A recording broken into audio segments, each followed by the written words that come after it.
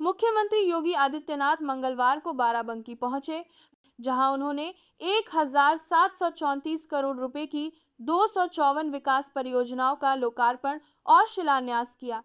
इस दौरान उन्होंने बाराबंकी में इंडस्ट्रियल एरिया और इंडस्ट्रियल कॉरिडोर बनाने की घोषणा भी की। सीएम योगी फतेहपुर के भगोली में सरदार वल्लभ भाई पटेल की 150वीं जयंती के अवसर पर आयोजित समारोह में मुख्य अतिथि के रूप में शामिल हुए। उन्होंने कहा कि सरदार पटेल ने भारत को एक सूत्र में पिरोकर 563 रियासतों को एक राष्ट्र में जोड़ा और देश को टूटने से बचाया। उन्होंने कांग्रेस पर निशाना साधते हुए कहा कि आजादी के समय 15 राज्यों की सहमति के बावजूद सरदार पटेल को प्रधानमंत्री नहीं बनने दिया गया। यह राष्ट्र के साथ अन्याय था। मुख्यमंत्री ने कहा कि कुछ लोग वंदे मातरम का विरोध करते हैं, वे भारत में रहते हैं, भारत का खाते हैं, पर राष्ट्रगीत से नफरत करते हैं। ऐसे लोगों की मानसिकता अब सबके सामने है। उन्होंने कहा कि प्रधानमंत्री मोदी ने लौह पुरुष को सच्चा सम्मान देकर देश में एकता और अखंडता की भावना को पुनर्जीवित किया है।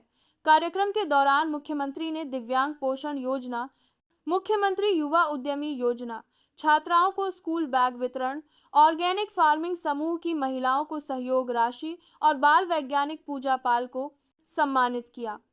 उन्होंने बाराबंकी के कुर्सी क्षेत्र में 232 एकड़ में औद्योगिक क्षेत्र और हैदरगढ़ विधानसभा में पूर्वांचल एक्सप्रेसवे के पास 220 हेक्टेयर में इंडस्ट्रियल कॉरिडोर विकसित करने की घोषणा की। दिल्ली ब्लास्ट के बाद सीएम योगी का यह पहला सार्वजनिक दौरा था, जिसके चलते सुरक्षा के कड़े प्रबंध किए गए थे। संवाददाता फहद खान की रिपोर्ट।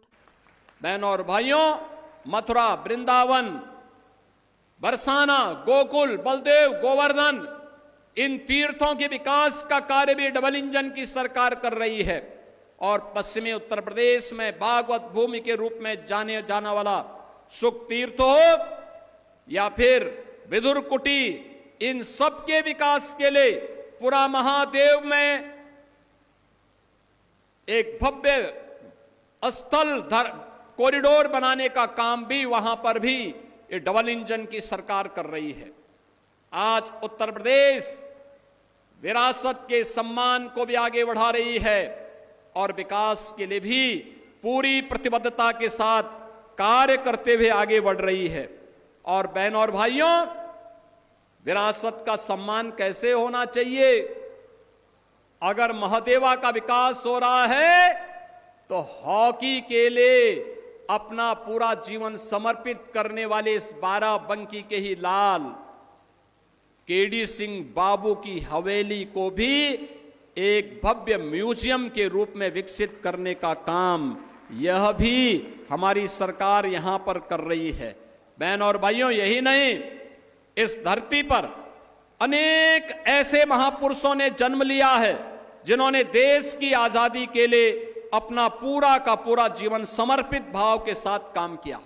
और बाराबंकी के लिए अभी जीएसटी जो रिफॉर्म हुए हैं, खास तौर पर यहां के अन्नदाता किसानों के लिए, जो लोग यहां पे मेल्था का उत्पादन करते हैं, उनके लिए खुशखबरी कि जो सिंथेटिक मेल्था होता है उस पर तो जीएसटी आज भी 18% रहेगी, लेकिन अन्नदाता किसान जो उत्पादन करेंगे उस पे 18 से घटा करके 5% मात्र किया गया है जीएसटी, जिससे अन्नदाता किसान को लाभ हो सके।